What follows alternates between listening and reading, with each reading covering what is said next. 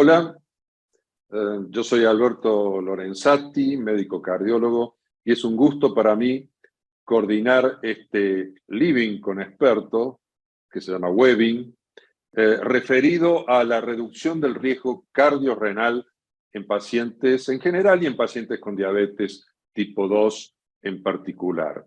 Me acompañan el profesor Felipe Martínez. El doctor Martínez es director del Instituto Médico DAMIC Fundación Ruculleda de Investigación en la ciudad de Córdoba, ex profesor titular de medicina y ex presidente de la Federación Argentina de Cardiología. Y también nos acompaña la doctora Paula Pérez Terns. Ella es médica cardióloga y magíster en diabetes y la presidente del Comité de Obesidad y Diabetes de la Federación Argentina de Cardiología. Todos sabemos que los inhibidores de SGLT2 han tenido realmente un derrotero impresionante. En 2013 la FDA aprobó su utilización en diabetes y solo 2 años después ya había fuerte o comenzaba una carrera de demostración de fuertísima evidencia en términos de reducción de eventos cardiovasculares, insuficiencia cardíaca, etcétera. A punto tal que muchos se animan o comparan el derrotero de estas drogas con las de las estatinas. Hay una editorial muy interesante de Bramwell donde las llama las estatinas del siglo XXI. Se pregunta eso. Y han pasado a ser de fármacos hipoglucemiantes a agentes pivotales en el manejo del síndrome cardiorreno-metabólico. Dicho esta pequeña introducción, aprovechando que tenemos dos realmente excelentes expertos en el tema, quisiera preguntarle al doctor Martínez, porque, a ver, hace no mucho tiempo estas drogas estaban en el cuarto lugar, tercer lugar, en la, digamos, escala en que uno inicia el tratamiento para pacientes con insuficiencia cardíaca. Entonces, lo que muchos se preguntan hoy es que si ya la evidencia acumulada y las guías nos autorizan a plantearnos que pueden ser drogas directamente de primera línea. O sea, yo tengo un paciente en el consultorio con insuficiencia cardíaca, con una fracción de eyección, por ejemplo, reducida, menos de 40, y puedo iniciar como primer approach estas drogas, doctor Martínez. Bueno, gracias Alberto, y quiero agradecer a las autoridades de FAC el haberme invitado a participar de este webinar, que coincido con las palabras del doctor Lorenzati, abarca uno de los temas que están más de moda en el cardiometabolismo. Efectivamente, la evidencia creciente, consistente y creciente, demuestra que estas drogas ya pueden darse como la primera opción en los pacientes con insuficiencia cardíaca, independientemente de la fracción de eyección. Como ustedes saben, ha habido en los últimos años estudios que primero mostraron la eficacia en fracción de eyección reducida, y más recientemente, entre el año pasado y este año, otros mega estudios han demostrado lo mismo en el grupo que hasta ahora era muy difícil de tratar, con fracción de eyección preservada. A eso se suma, como supongo que lo vamos a ver luego en esta reunión, de que la eficacia de estas drogas no solamente impacta en la insuficiencia cardíaca en sí misma, sino en mecanismos fisiopatológicos y enfermedades relacionadas a la insuficiencia cardíaca, como es la diabetes, que ya se dijo, la insuficiencia renal y otras. Entonces, toda esa evidencia hace que en los últimos meses, y concretamente en lo que va de este año, o sea, muy recientemente, varios consensos de expertos, entre ellos patrocinados por las principales sociedades científicas del mundo, como el American College of Cardiology o la Sociedad Europea de Cardiología, han emitido la recomendación de dar estas drogas como primera línea. Y no solamente darlas como primera línea, sino de que pueden combinarse de entrada con los otros grupos, lo que llaman los 4 fantásticos, uno de los cuales son la glifosina, pero también las intervenciones en el sistema renina-angiotensina, los beta bloqueantes y también los inhibidores duales, como son sacubitril valsartán. O sea, en resumen, la respuesta es categóricamente sí. Pueden darse las glifosinas como primera opción en el tratamiento de la insuficiencia cardíaca. Gracias, doctor Martínez. Doctora Pérez Terns, los cardiólogos, hasta por suerte,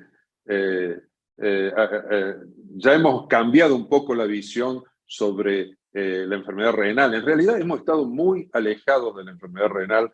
Yo ahora, dentro de tantas apps que tengo en el teléfono con cuestiones relacionadas con medicina, tengo la de la National Foundation for Renal Diseases, que, bueno, puedo calcular el filtrado glomerular con los 3 simples parámetros que conocemos como la edad, el sexo y el valor de la creatinina, o sea, el EPI-CKD, y entonces podemos tener una idea del filtrado glomerular de nuestros pacientes. Ahora, realmente, vos que sos una experta, ¿cuál es el impacto en términos de expectativa de vida, en términos de mortalidad, de los diferentes grados de deterioro de la función renal en el paciente, por ejemplo, con diabetes? A ver, ¿cuál es tu opinión para subrayar esto, para enfatizarlo? Bueno, buenos días, buenas tardes a todos y también agradecer la posibilidad a la Federación Argentina de Cardiología de participar en este webinar, nada más ni nada menos que con dos grandes cardiólogos a quien admiro y respeto muchísimo. Así que para mí primero es un honor. Y yendo a la pregunta, sí es cierto y coincido plenamente que el interés de los cardiólogos sobre la función renal fue aumentando a lo largo de los años, sobre todo los que nos dedicamos a la insuficiencia cardíaca. Fuera de la enfermedad cardiovascular, la Asociación de Diabetes con Insuficiencia Renal resta en 16 años, la Asociación de las dos enfermedades, 16 años de sobrevida. Con lo cual la asociación de enfermedad renal con diabetes es altamente peligrosa. Y cuando decimos enfermedad renal, tenemos que hacer una diferencia entre lo que es la insuficiencia renal crónica y la nefropatía diabética, porque la nefropatía diabética ya produce esta caída en la expectativa, en la sobrevida, en la morbimortalidad, aún antes de la caída del filtrado glomerular. La nefropatía diabética se define como un aumento de la presencia de albuminuria por encima de 30, o una relación albuminuria-creatininuria por encima de 30 también, y que tiene que ver con que hay un aumento de las presiones intraglomerulares que ya está dañando el glomérulo y que ya está generando la pérdida de proteínas, lo cual habla de disfunción glomerular y de disfunción tubular, que no está logrando reabsorber la cantidad de proteínas que se están filtrando. Es un mecanismo realmente es apasionante porque estábamos muy acostumbrados solamente a mirar el filtrado glomerular y de vez en cuando los cardiólogos, ¿no? Y además tener en cuenta que cuando ya esta nefropatía diabética avanza y estamos en insuficiencia renal con caída del filtrado glomerular, hace tiempo que los cardiólogos sabemos que a los nefrólogos les importa después de 15 porque entran en terapia sustitutiva renal, pero los cardiólogos por debajo de 30 mililitros de filtrado perdemos efectividad en la cuádruple terapia de tratamiento, yo diría quíntuple terapia si sumamos el ejercicio físico, pero en la cuádruple terapia farmacológica, en el tratamiento de estos pacientes, por debajo de 30 de filtrado perdemos muchísima eficacia en el tratamiento, en la sobrevida y en la reducción de las hospitalizaciones. Así que es algo a tener en cuenta, creo. Bueno, ya vamos a volver, Paula, sobre eso, y después los voy a les voy a pedir a los dos algunas palabras acerca de mecanismos, porque es bastante lo que se conoce y bastante lo que se desconoce respecto de los mecanismos de ISGLT2 que expliquen los beneficios. Felipe, algo que sucede mucho en el consultorio es que por ahí los cardiólogos clínicos tienen dudas respecto de si empezar, si estar seguros de comenzar con esta terapéutica en mayores de 65, 70 años, si será igualmente de efectiva. ¿Qué nos podés decir al respecto?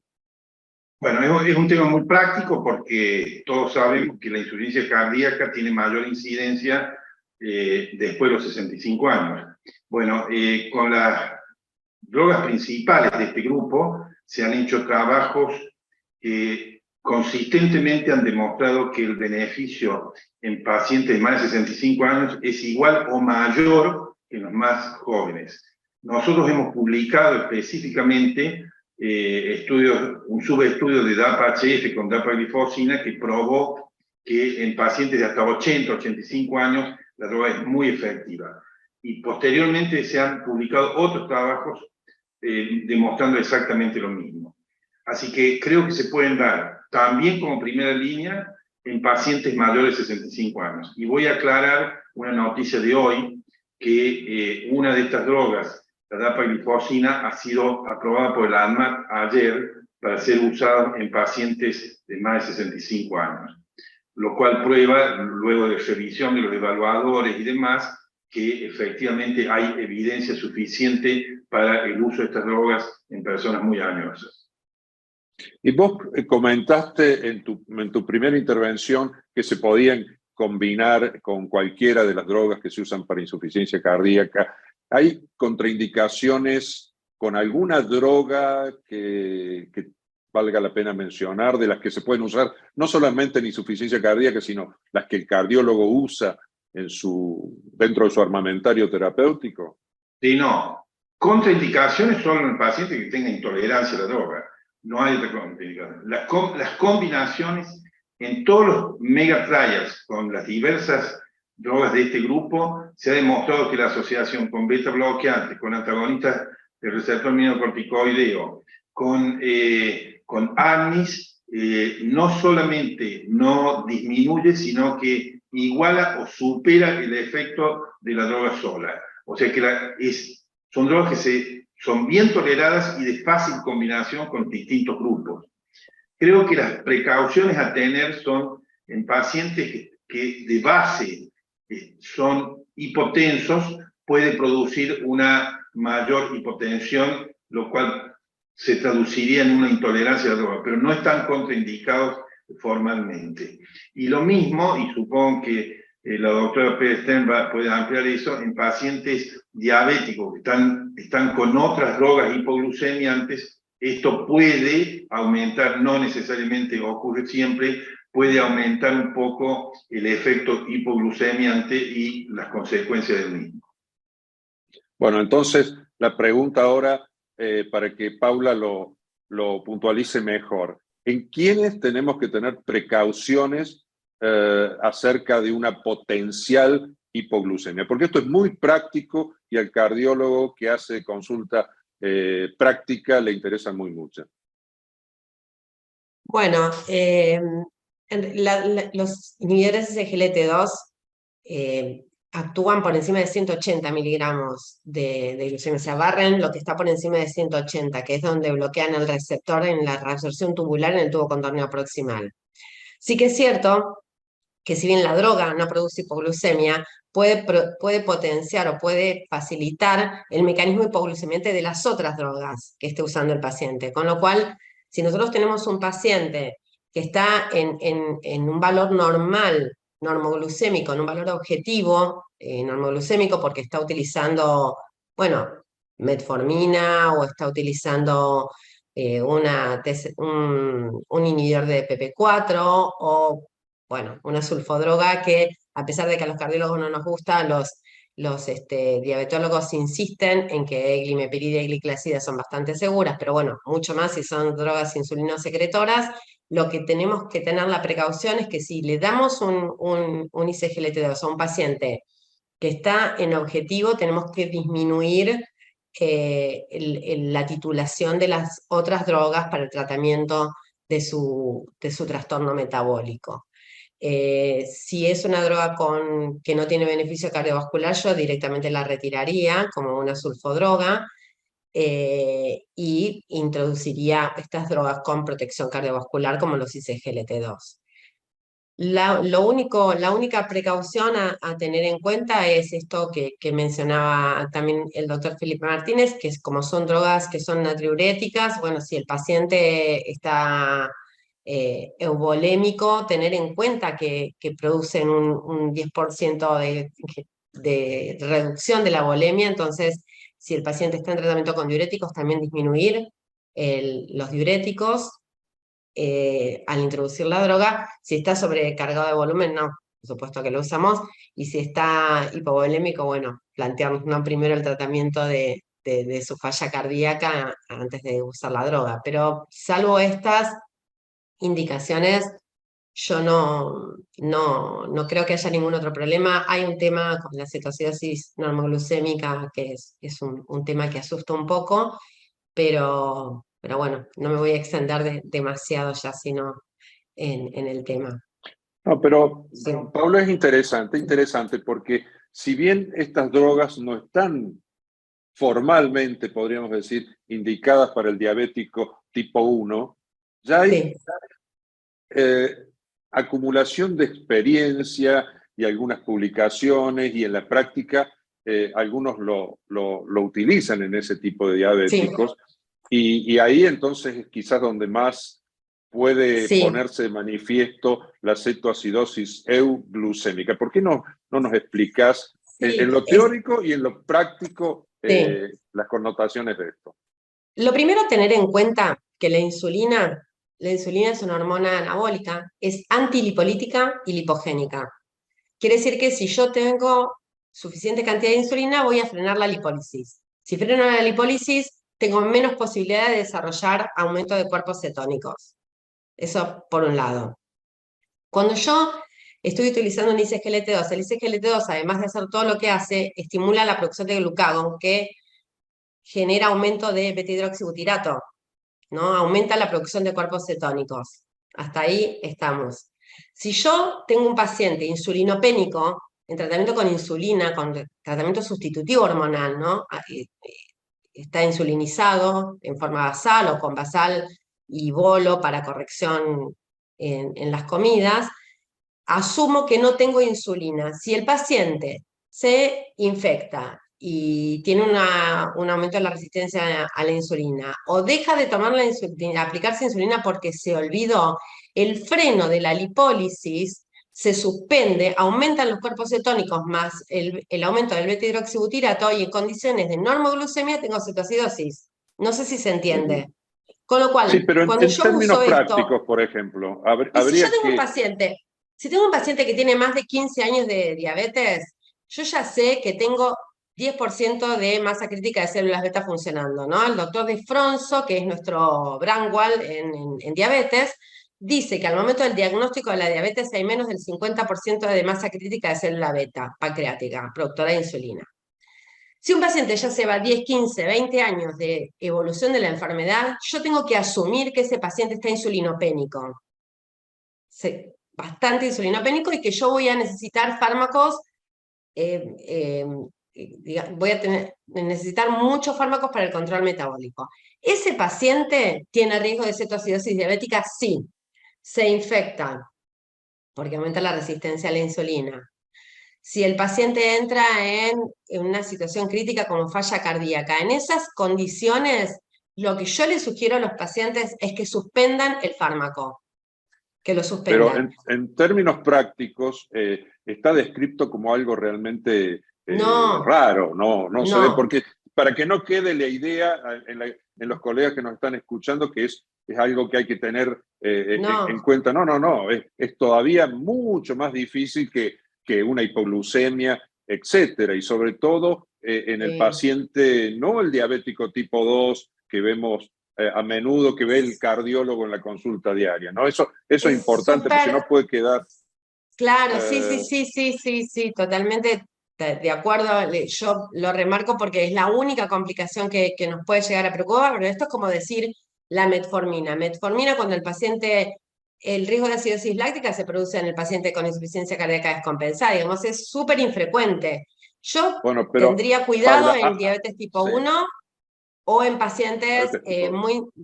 que cursan una infección grave. El paciente está tratado y entra en neumonía, no corramos riesgo, suspende ese día el fármaco y ya está, listo. Es lo único a tener Ya, en cuenta. antes de hacerle un par de preguntas más al doctor Martínez, Sí. mencionaste metformina. Es una de las pocas drogas que los cardiólogos estamos familiarizados para el manejo Sí. de la diabetes en general, lo digo, sé que muchos Mm. cardiólogos inclusive hoy ya insulinizan, pero hablo en general. ¿Vos crees que estas drogas desplazan a la metformina? Si hay que, no, las metforminas como las, no sé, las estatinas siempre van y se agregan cosas. ¿Qué nos podés decir? Yo creo que es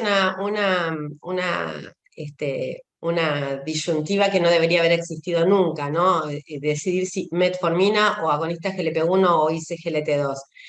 El mecanismo que favorece, que protege la función cardiovascular, la enfermedad cardiovascular y la enfermedad renal, va por otros mecanismos. El control metabólico con metformina es excelente, es una excelente droga, ya lo vimos desde el UKPDS.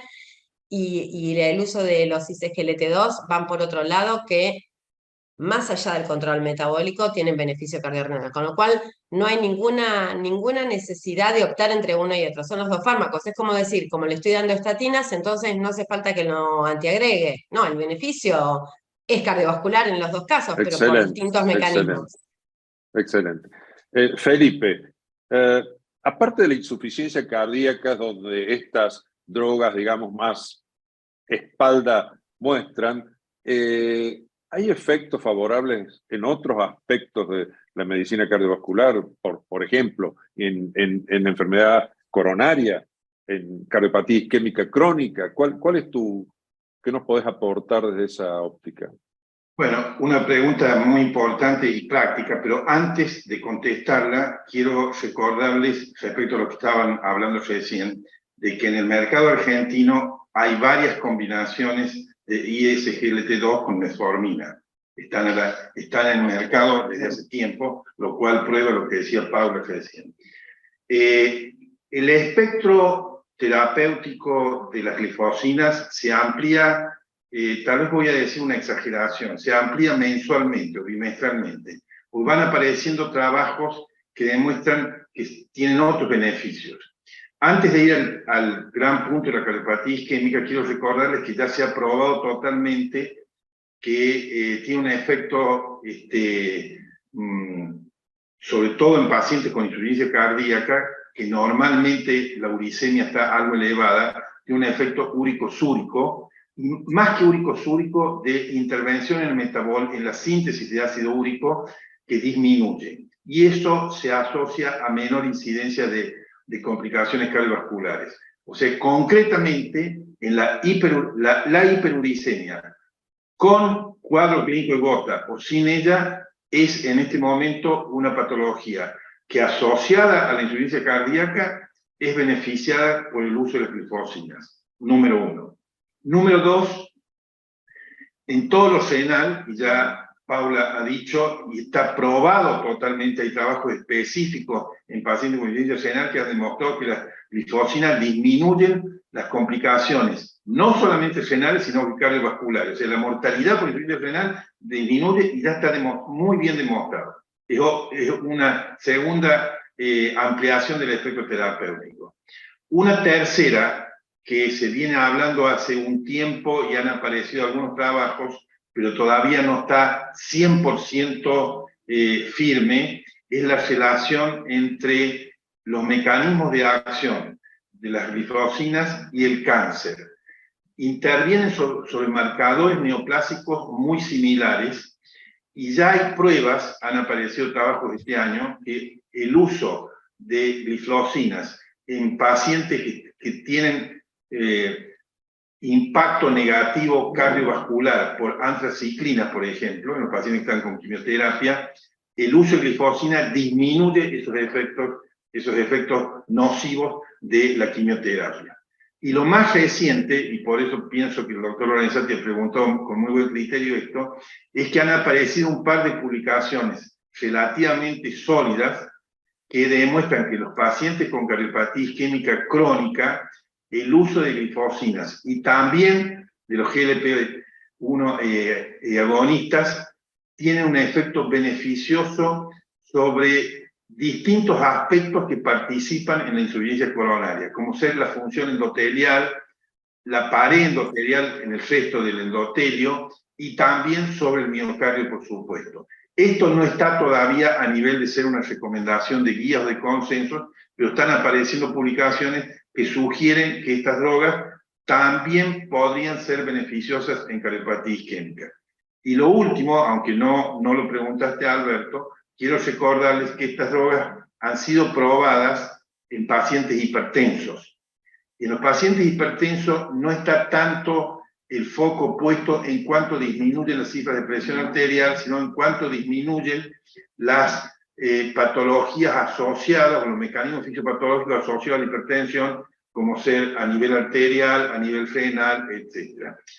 Y ya hay en marcha algunos estudios a escala mediana en población hipertensa, diabética, con disfunción renal.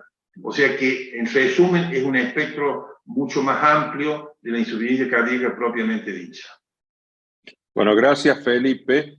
Y lo que decís de cáncer me recuerda lo que se ha publicado últimamente del beneficio de las estatinas en evitar el deterioro en los, de función cardíaca en los pacientes que reciben quimioterapia, no por la vía del colesterol, sino por la vía antiinflamatoria. Entonces, ¿por qué no vamos a lo que habíamos prometido? ¿Cómo son los mecanismos conocidos y los que suponemos en los que se basan los excelentes resultados de este tipo de drogas en términos de beneficios cardíacos y renales?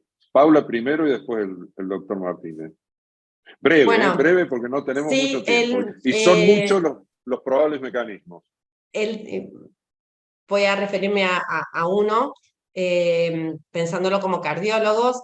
Tenemos en el glomérulo la sola presencia de un aumento de la glucosa aumenta los niveles plasmáticos circulantes de succinato. El succinato es reconocido por la arteriola aferente por un receptor que se llama GPR91, el nombre es lo de menos. El tema es que este receptor libera óxido nítrico y prostaglandinas. El óxido nítrico produce vasodilatación de la arteriola aferente y empieza la hiperfiltración. Si lo pensamos como cardiólogos, la llegada de sangre al glomérulo sería la precarga, la arteriola aferente, aunque estamos aumentando la precarga. La prostaglandina, después del aparato yuxtaglomerular, saca renina, se produce vasoconstricción de la arteriola eferente, la salida de sangre al glomérulo, como cardiólogos diríamos la poscarga, se produce vasoconstricción con aumento de la poscarga, y hay un aumento de las presiones de distensión glomerular, que lo que genera, además de la hiperfiltración, igual que en el ventrículo, el aumento de las presiones de distensión produce pérdida de la funcionalidad y fibrosis y progresión de la enfermedad. Estas drogas, por ejemplo, actúan, ya sabemos, desde el IRMA, el IDNT, el renal y todos los estudios que hicieron los nefrólogos hace ya tantos años, que los IECA-GUARA2 vasodilatan la arteriola eferente, producen disminución de la poscarga.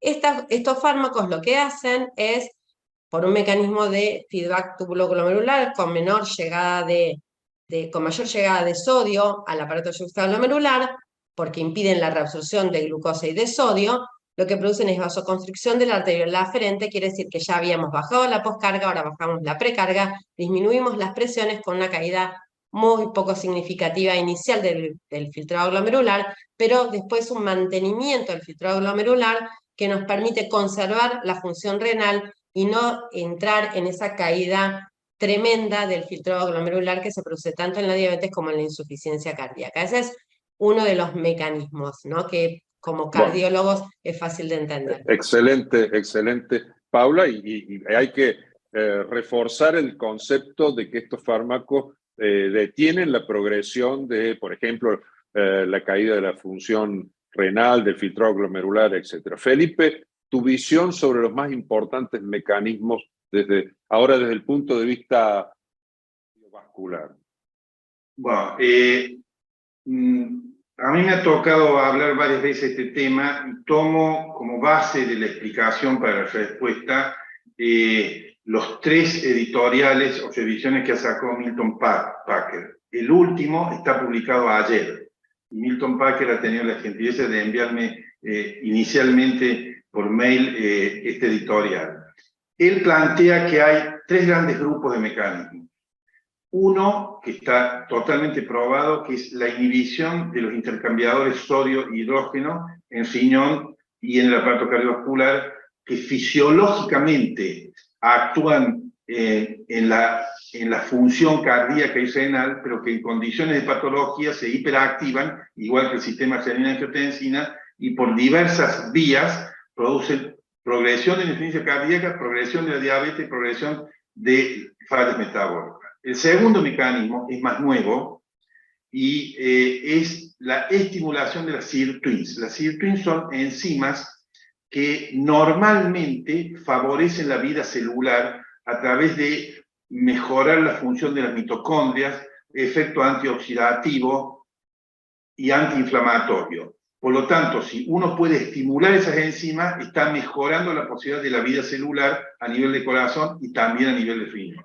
Y el tercer mecanismo, y esto es muy sintético porque esto merece toda una clase, y entre paréntesis, mañana en nuestra institución vamos a hablar sobre este tema en un workshop.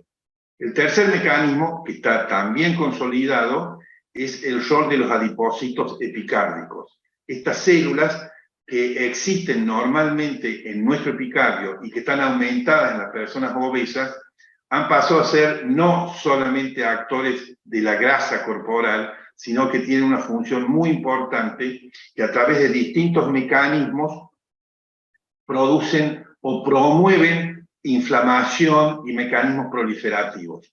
Los SGLT2 inhiben estos adipocitos, la producción y la función, y por lo tanto disminuyen o inhiben los mecanismos inflamatorios y proliferativos que hay en las células de corazón y de riñón. Y en el tercer editorial o revisión que sacó Milton Packer ahora, ha agregado, y he preparado el diapositivo para mostrarlo mañana como novedad, aparece en Circulation, ha agregado la función sobre el manejo hidroelectrolítico que normalmente se altera en insuficiencia cardíaca e insuficiencia renal, y cómo los SGLT2 inhibidores producen un freno o reducción de esas alteraciones hemodinámicas para el manejo de la bulimia y demás. Algo muy interesante, y el impacto en la insuficiencia cardíaca es muy, muy grande. Me quedo con ganas de seguir explicando, pero se nos terminó el tiempo, pero básicamente estos son los grandes mecanismos. Bueno, muchas gracias, Felipe, y vos lo dijiste, nos hemos quedado sin tiempo. La verdad, esto da para muchos más living virtuales como este que estamos teniendo, así que bueno, no tengo más que agradecerles al doctor Felipe Martínez, a la doctora Paula Pérez Stern y a ustedes por estar aquí con nosotros en esta actividad educativa soportada, y vale, digamos, hay que agradecer al laboratorio RAFO por el apoyo irrestricto para poder soportar esta actividad. Bueno, muchísimas gracias a todos y esperamos encontrarnos muy pronto en alguna otra actividad educativa de la Federación Argentina de Cardiología. Muchas gracias.